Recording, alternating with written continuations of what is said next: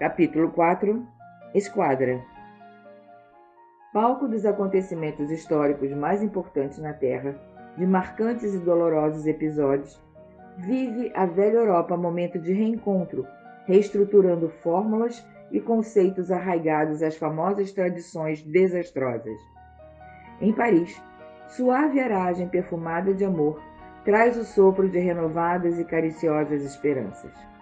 A chuva miúda e fina, insistente na manhã fria, dá ar de intensa melancolia à capital francesa. Embaça o vitral da janela, na antessala de modesto apartamento, à Rue des Martyrs, número 26. Assentado na cadeira da escrivaninha, encontra-se o cronista Johann Hans Staden. Trabalha selecionando notícias e escrevendo.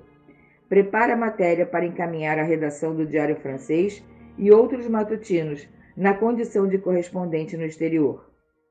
Entre um registro e outro, observa com calma expectativa o lado de fora do apartamento. Em frente à instalação onde se encontra, em rua limpa e bem cuidada da cidade, nota comprido filete d'água que corre e se esconde ligeiro no bueiro insaciável a sorver quanto mais o conteúdo líquido em movimento.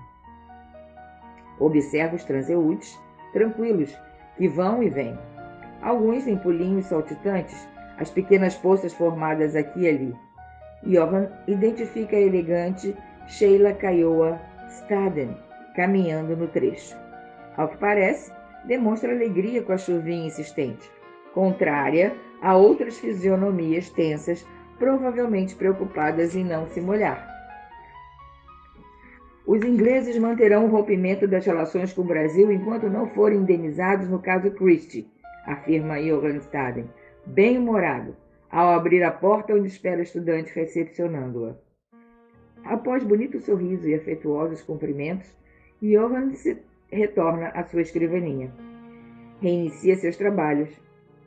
Sheila tira o agasalho, pendura-o no cabide próximo e se dirige à pequena varanda para deixar secar a sombrinha molhada. Sheila Kiowa mantém, aparentemente, certa indiferença em relação ao assunto. Dirige-se à antessala. Assenta-se em uma das cadeiras à direita da cabeceira da mesa onde o cronista se encontra.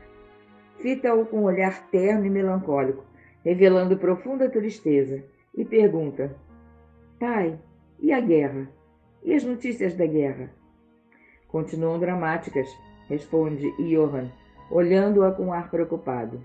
Não desejo entristecer a alma sensível da moça, mas também não quero omitir o conhecimento das informações que possui por necessidade do próprio ofício, material que recebe com frequência. Hoje, na universidade, ouvi estranhos rumores a respeito. E então? Reservei-me ao silêncio. No momento, as notícias que chegam nos dão conta de que os paraguaios se prepararam muito bem para esse conflito. Organizaram a invasão com planejamento estratégico e reconhecimento do terreno. Houve grande preparação tática demonstrada pelos resultados que se têm obtido nas ofensivas iniciadas. Embora alguns chefes militares aqui na Europa, principalmente o almirantado britânico, afirmem que ainda assim parece que se precipitaram bastante. Anteciparam-se ao combate antes do treinamento e adaptação, suficientes para a luta com os navios que receberam encomendados daqui da Europa. Remexe os papéis em cima da escrivaninha, mantém o ar preocupado e esclarece a filha. De acordo com as últimas notícias, a coluna de homens que saiu do Rio de Janeiro para o front, comandado pelo coronel de infantaria Manuel Diogo, recebeu reforço em Minas. Mesmo sem o treinamento e a experiência para esse tipo de jornada, a tropa caminhou por mais de 2.000 quilômetros em exaustiva e estafante marcha até alcançar Coxim, mas a encontraram deserta e saqueada, assim como se depararam com Miranda, vazia, alguns quilômetros antes de Coimbra, e outros povoados mais ao sul mato-grossense. Há informações de que somente uns poucos habitantes da região conseguiram fugir. Outros foram mortos, ou levados para o Paraguai como reféns e executam trabalhos forçados. A tripulação e os passageiros do Marquês de Olinda, feita prisioneira, foram sumariamente executados ou morreram por maus tratos e inanição. Johann olha para a filha e se sente no dever de continuar a informar a universitária. Ante a exaustão, falta de apoio logístico, transporte, cidades abandonadas e principalmente falta de gêneros para alimentação básica, o que se torna por si só um grande óbice a ser vencido pelas tropas brasileiras.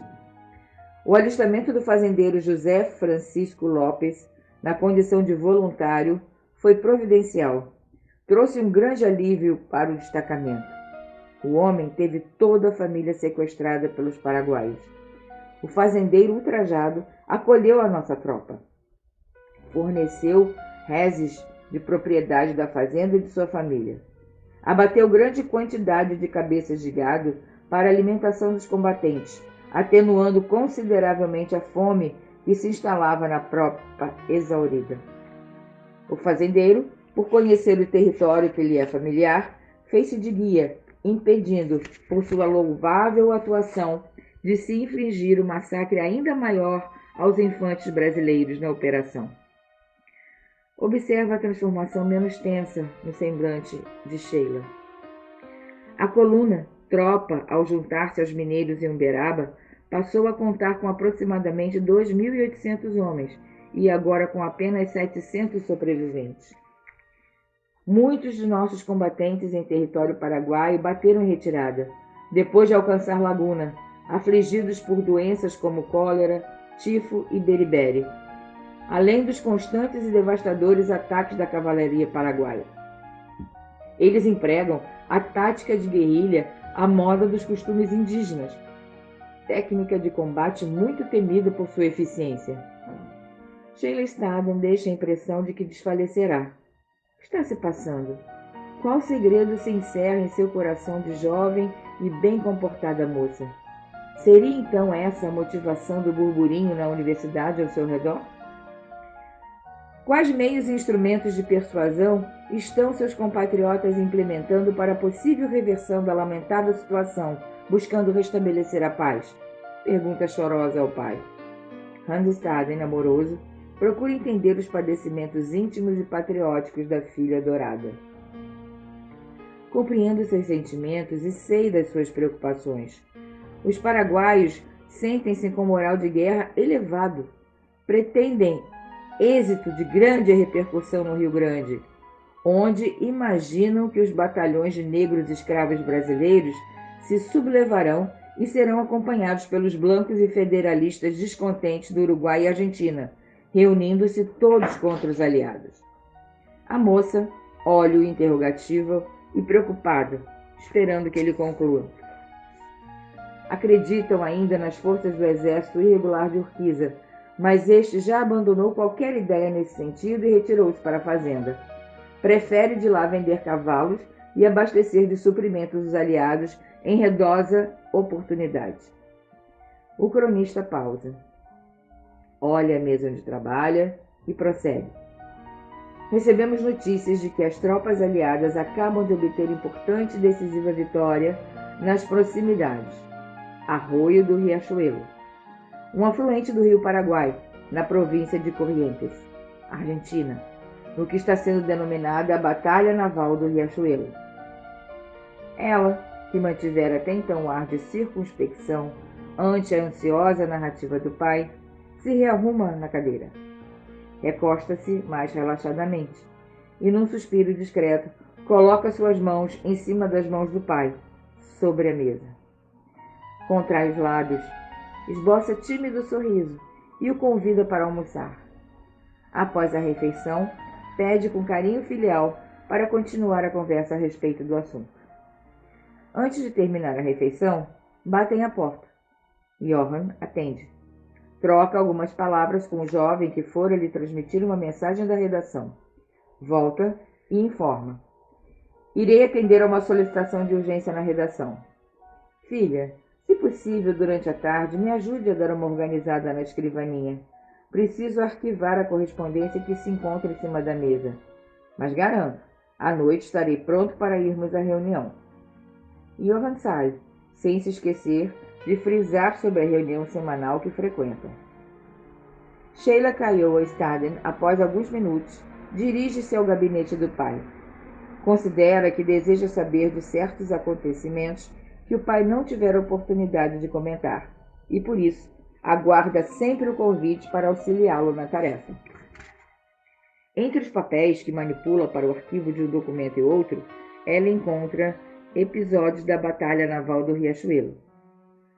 Na disputada bacia do Rio Prata, importante ponto estratégico de comunicação entre o Oceano Atlântico e os contrafortes orientais da Cordilheira dos Andes, às margens do arroio Riachuelo, um afluente do Rio Paraguai, na província de Corrientes, Argentina, travou-se decisiva batalha naval pelo controle da navegação. Às margens do rio, ao longo do curso, o exército paraguaio ergueu importante fortificação para navegar livremente, descer o Paraná, conquistar Montevidéu e de lá ocupar a província do Rio Grande do Sul, formando assim o Grande Paraguai.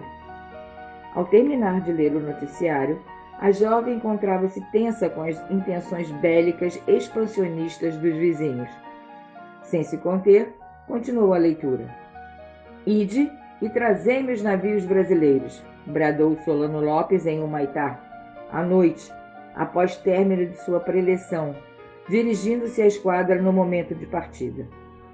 A marcha da esquadra paraguaia, comandada pelo comodoro Pedro Inácio Meza, era composta de 2 corvetas, Taquari e Paraguari, e 8 vapores, Igurei, Iporá, Marquês de Olinda, Salto Oriental, Pirabebé, Paraná, Iberá e Rangel. O Rangel, rebocado a bombordo pelo navio Paraguari. Além de 8 baterias flutuantes conhecidas como chatas ou chalanas. A marcha foi regulada de forma a alcançar e atingir a esquadra brasileira, segundo as ordens, surpreendendo-a nas primeiras horas da madrugada da manhã seguinte, distante dali 5 a 6 horas. As chatas, cada uma com um canhão, comandadas por tenentes de artilharia, foram rebocadas pelos navios. Na busca, excetuam-se o Salto Oriental e outras 2 delas, colocadas antes, escondidas estrategicamente na foz do Riachuelo. Posicionados e decorrido o tempo necessário na empreitada, iniciou-se nervoso alarido na embarcação brasileira, seguido do grito: "Inimigo à vista!" Alarme dado pelos brasileiros da canhoeira Mearim, ao avistar a esquadra paraguaia, aproximando-se com velocidade em direção ao Riachuelo.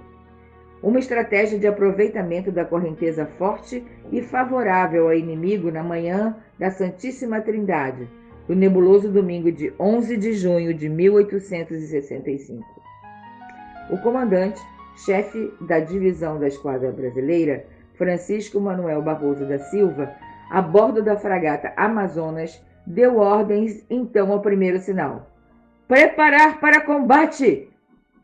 A surpresa de atacar os brasileiros na madrugada, pretendida pela esquadra paraguaia antes de romper o dia, não se concretizou como planejado, em razão da avaria acontecida nos navios Paraná e Iberá. Ambos fundeados águas acima do rio, apoiados pelo exército com canhões de artilharia, fuzileiros e cavalaria, nas margens e nas barrancas do rio, em posição estrategicamente privilegiada.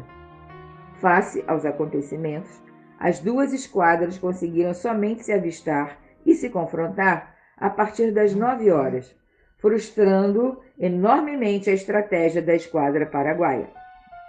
A esquadra do Brasil bloqueava o rio Paraná. Encontrava-se fundeada ao lado do Chaco, a jusante de Corrientes, e fronteiro a um monumento denominado A Coluna, erigido na margem esquerda do rio.